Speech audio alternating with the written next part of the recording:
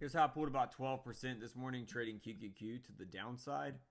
So just to get right on into it, my entry was about right here as we pushed through these previous wicks that we had been bouncing from a couple of times and exited as we pushed right up into these previous wicks here.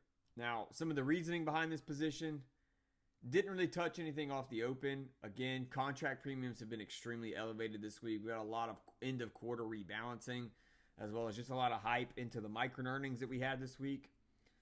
As you can see here, I did let the members know pre-market that I was hoping we would see premiums come down a little bit off open. If they were juiced, I wasn't going to be too interested in them directly off the open.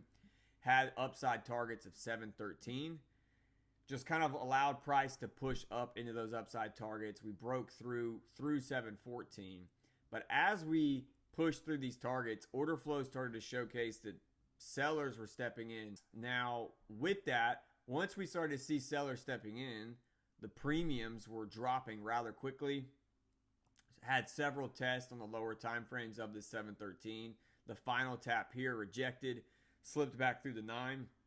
As we pushed through these previous wicks, went ahead and took my entry to the downside and exited as we pushed right here into these previous candles as well. So could have let it go a little bit lower towards the actual bottom of these wicks. As you can see here is where price did start to bounce.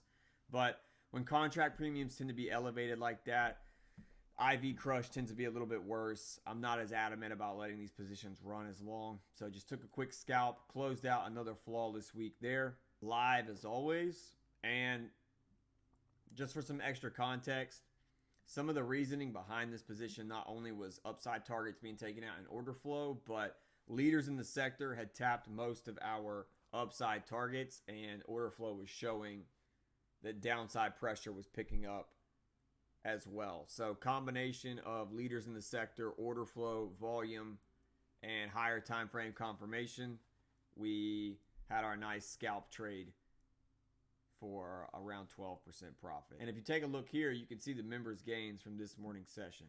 Quick one and done session to close the week out. Another flawless week, all traded on live as always.